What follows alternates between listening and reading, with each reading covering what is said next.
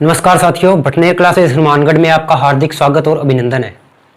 अपने बात कर रहे थे राजस्थान के एकीकरण की, और एकीकरण में अपना चौथा चरण पढ़ चुके थे वृहद राजस्थान, और वृहद राजस्थान का निर्माण हो चुका था।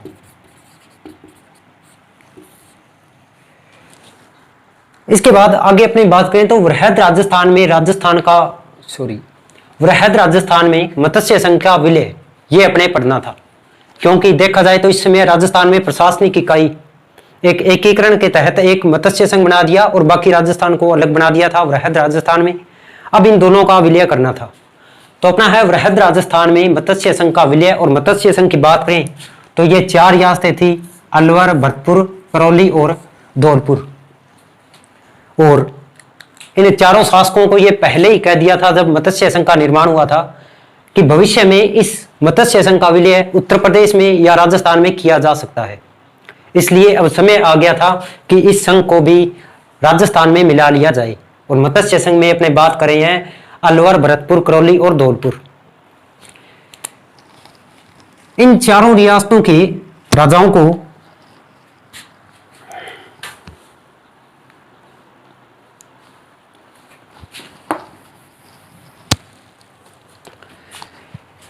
इन चारों रियासतों के शासकों को 13 फरवरी 1948 को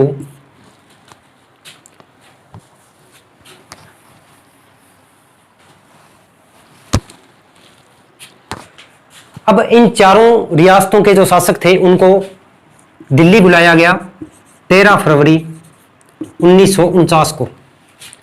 और दिल्ली में बुलाने के बाद इनके सामने यह प्रस्ताव रखा गया कि वो उत्तर प्रदेश में मिलना चाहते हैं या राजस्थान में मिलना चाहते हैं। इसमें अलवर और करौली इन दोनों शासकों ने इच्छा व्यक्त की थी राजस्थान में मिलने की, लेकिन अन्य जो 2 रियासतें थी भरतपुर और धौलपुर ये उत्तर प्रदेश में मिलना चाहती थी। इसलिए एक बार के लिए इस मत्स्य संघ का राजस्थान में विलय होना असंभावना थी, इसकी कोई संभावना नहीं थी। इसलिए इस संघ का राजस्थान में मिलना एक प्रकार से मुश्किल हो गया। इसके बाद 23 मार्च 1949 को इनकी पुनः बैठक हुई। इस समय बैठक की अध्यक्षता वीपी मेनन कर रहे थे, और वीपी मेनन की समझाइश पर भरतपुर के शासक ने राजस्थान में विलय की सहमति दे दी। लेकिन जो अलवर का शासक था, धौलपुर का शासक था उदयभान सिंह,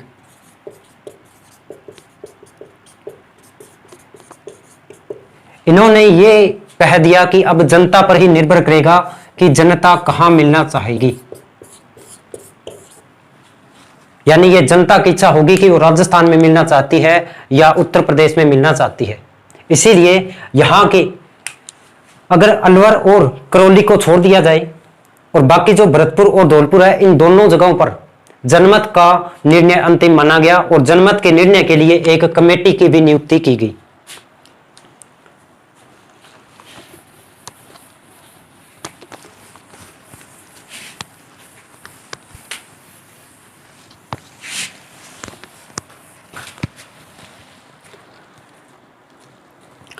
अब ये एक कमेटी बना दी, शंकरराय देव कमेटी।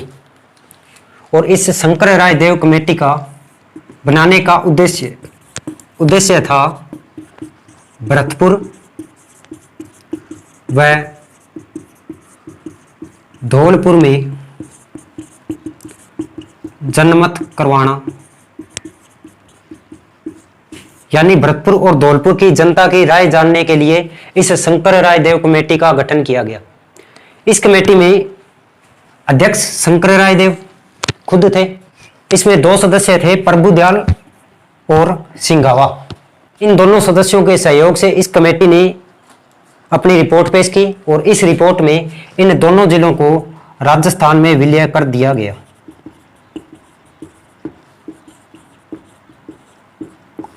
इस शंकरराय देव कमेटी की सिफारिश पर भरतपुर और धौलपुर का विलय राजस्थान में किया गया। और ये एक इंपॉर्टेंट प्रश्न है कि इस कमेटी में कुल कितने सदस्य थे।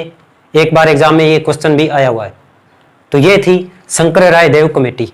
बाद इन चारों रियासतों के अलवर, भरतपुर, धौलपुर और करौली, इन चारों रियासतों के शासकों ने 10 मई 1949 को हस्ताक्षर कर दिए और हस्ताक्षर करने के बाद 15 मई 1949 को इन मत्स्य संघ का यानी चारों रियासतों का विलय वृहद राजस्थान में कर दिया गया। तो ये हो गया आपका वृहद राजस्थान। और अब इस वृहद राजस्थान के विलय होते ही ये बन गया संयुक्त वृहद राजस्थान। तो देखते हैं संयुक्त वृहद राजस्थान क्या था। इसके बाद है संयुक्त वृहद राजस्थान। और संयुक्त वृहद राजस्थान की बात करें तो इसमें वृहद राजस्थान में शामिल कर लिया था मत्स्य संघ को। इसके अलावा इसका उद्घाटन होता है 15 मई 1949 को। और उद्घाटन होने के बाद यहां मत्स्य संघ के जो प्रधानमंत्री थे शोभाराम कुमावत, इन शोभाराम कुमावत को हीरालाल शास्त्री के मंत्रिमंडल में शामिल कर लिया। और इस प्रकार एकीकरण का ये 5वां चरण हो गया। 5वें चरण में संयुक्त वृहद राजस्थान का निर्माण हो चुका था। वृहद राजस्थान में मत्स्य संघ के शामिल होते ही इस 5वें चरण का भी निर्माण पूरा हो गया। अब अगर राजस्थान में देखें तो एक तो बच गया अजमेर मेरवाड़ा, जो अभी विलय होना शेष है। इसके अलावा एक बच गया सिरोही क्षेत्र, और इन दोनों का विलय होना अभी शेष है। इसके बाद ये है आपका सिरोही क्षेत्र। और सिरोही राज्य की बात करें तो इसे अपनी ओर मिलाने के लिए गुजरात भी प्रयास कर रहा था और राजस्थान भी प्रयास कर रहा था। गुजरात ये तर्क दे रहा था कि एक तो आबू में जैन मंदिर है और इन जैन मंदिरों में गुजरात की जो जैन जनसंख्या है वो वर्ष भर आती जाती रहती है, इसलिए ये पहला कारण था इसके गुजरात में विलय होने का। दूसरा गुजरात का ये तर्क था कि यहां सिरोही का जो राजवंश है वो राजवंश काठियावाड़ राजवंश से संबंधित है।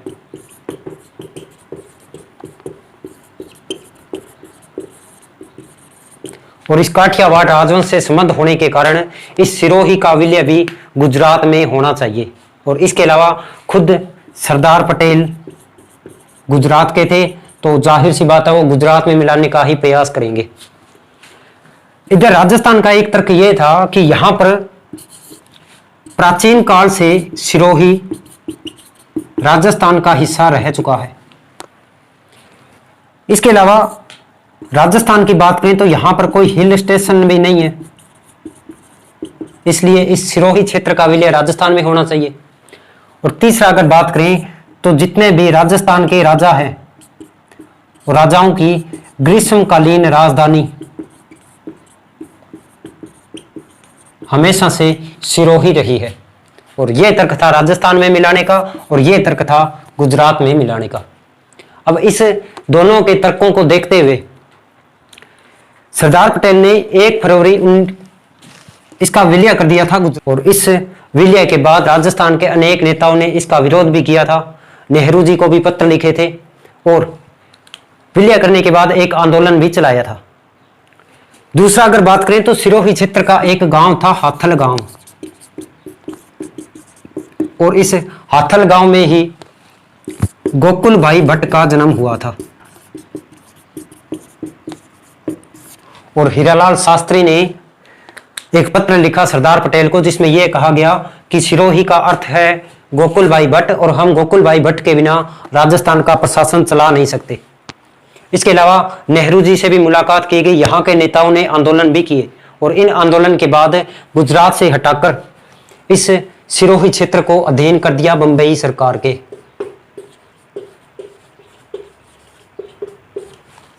बंबई के अधीन कर दिया इस सिरोही क्षेत्र को।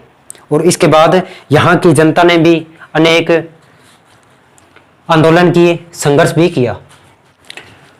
अब सिरोही को लेके राजस्थान और गुजरात दोनों में अनबन हो चुकी थी और इसी कारण पटेल ने इस समस्या के समाधान के लिए इस सिरोही क्षेत्र के दो भाग कर दिए। एक भाग जो कि आबू देलवाड़ा था, इस आबू देलवाड़ा भाग को गुजरात के अधीन कर दिया। इस आबू देलवाड़ा के अलावा जो शेष सिरोही क्षेत्र था, और इस शेष सिरोही क्षेत्र में हाथल गांव भी शामिल था जो कि गोकुल भाई भट्ट की जन्मस्थली थी। इस शेष राजस्थान का विलय राजस्थान में किया, यह जोड़ दिया राजस्थान में, और जो आबू देलवाड़ा का क्षेत्र था वो दे दिया गुजरात को। इस प्रकार इस सिरोही का दो भागों में विभाजन करके दोनों ही राज्यों को दे दिया गया। लेकिन इसके बाद यहां राजस्थान की जनता ने इस बात का विरोध किया, यहां के राष्ट्रीय नेताओं ने भी विरोध किया। अब इस शेष सिरोही को जब राजस्थान में मिला लिया गया तो एक प्रकार से यह हो गया एकीकरण का छठा चरण, और इस एकीकरण के छठे चरण को कहा गया राजस्थान संघ। अब इस सिरोही का राजस्थान में विलय हो गया, और देखा जाए तो पूरे सिरोही का नहीं हुआ था, जबकि यहां पर आबू और देलवाड़ा को छोड़कर शेष राजस्थान का जो सिरोही का क्षेत्र था वो राजस्थान में मिला लिया गया, और इसके बाद स्थापना होती है राजस्थान संघ की, और ये होती है 26 जनवरी 1950 को।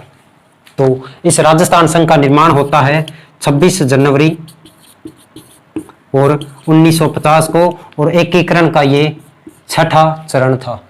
तो छठे चरण में केवल आबू और देलवाड़ा को छोड़ के शेष जितना भी सिरोही था, जिसमें हाथरगांव भी शामिल था, उसको राजस्थान में मिला लिया गया, और इस प्रकार 26 जनवरी 1950 को इस शेष सिरोही क्षेत्र के राजस्थान में मिलते ही ये बन गया राजस्थान संघ, और इस राजस्थान संघ को एकीकरण का छठा चरण कहा जाता है। दूसरा, इस राजस्थान संघ का जब निर्माण हुआ तो राजस्थान का नाम राजस्थान रखा गया, क्योंकि इससे पहले इसका नाम था राजपुताना।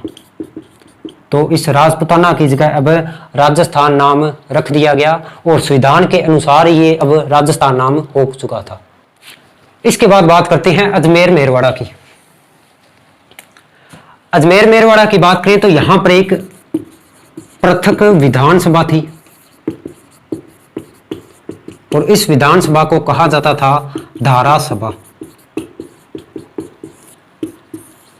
अजमेर मेरवाड़ा की एक पृथक विधानसभा थी जिसे धारा सभा कहा जाता था, और इस धारा सभा में कुल 30 सदस्य थे। यहां की अगर अपने बात करें प्रथम व एकमात्र मुख्यमंत्री की, तो यहां पर केवल एक ही मुख्यमंत्री हुए हैं, वो ही प्रथम है, वो एकमात्र है, जिसका नाम था हरिभाऊ उपाध्याय। और ये राजस्थान की जो अजमेर मेरवाड़ा जो एक केंद्र शासित प्रदेश था, यहां पर एकमात्र और प्रथम मुख्यमंत्री थे हरिभाऊ उपाध्याय। इसके अलावा ये जो अजमेर मेरवाड़ा था ये सी श्रेणी का राज्य था, और ये एक केंद्र शासित प्रदेश था।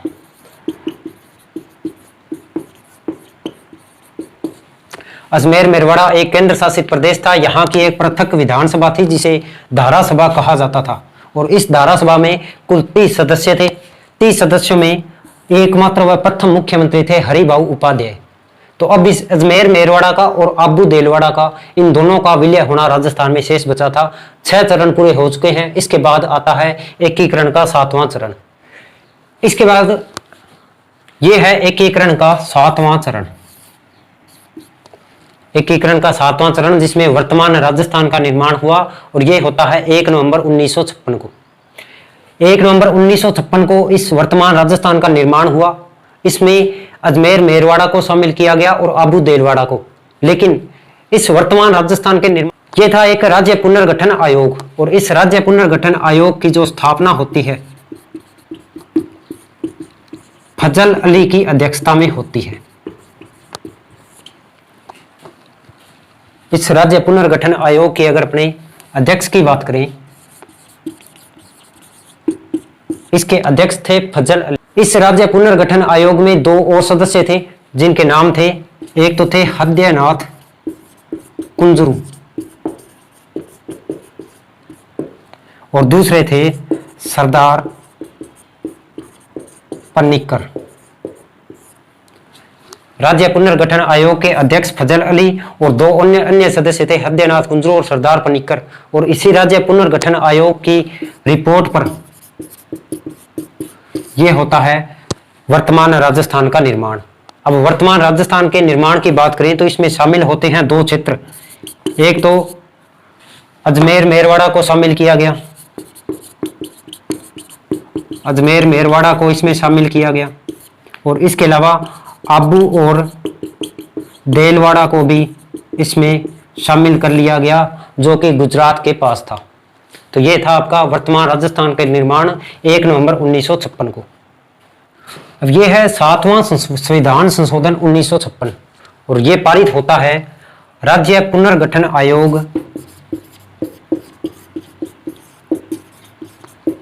आयोग की सिफारिश पर।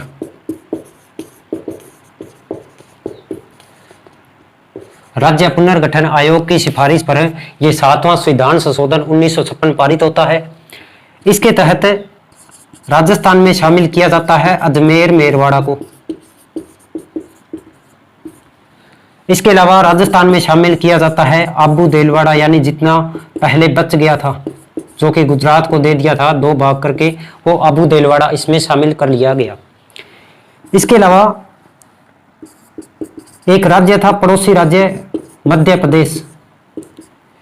इस मध्य प्रदेश का क्षेत्र था सुनेल टप्पा और यह सुनेल टप्पा राजस्थान में शामिल कर लिया गया। और राजस्थान के कोटा का जो क्षेत्र था सिरोंज क्षेत्र, यह सिरोंज क्षेत्र मध्य प्रदेश को दिया गया। और ये 4 बदलाव करके वर्तमान राजस्थान का निर्माण किया जाता है। 7वें संविधान संशोधन द्वारा निर्माण होता है। 7वां संविधान संशोधन राज्य पुनर्गठन आयोग की सिफारिश पर लागू होता है। अजमेर मेरवाड़ा आबू देलवाड़ा राजस्थान में शामिल। इसके अलावा मध्य प्रदेश का जो सुनेल टप्पा है वो राजस्थान में शामिल और इसके बदले कोटा का सिरोंज क्षेत्र मध्य प्रदेश में शामिल कर लिया गया। और इस प्रकार निर्माण होता है वर्तमान राजस्थान का। और वर्तमान राजस्थान का निर्माण होता है 1 नवंबर 1956।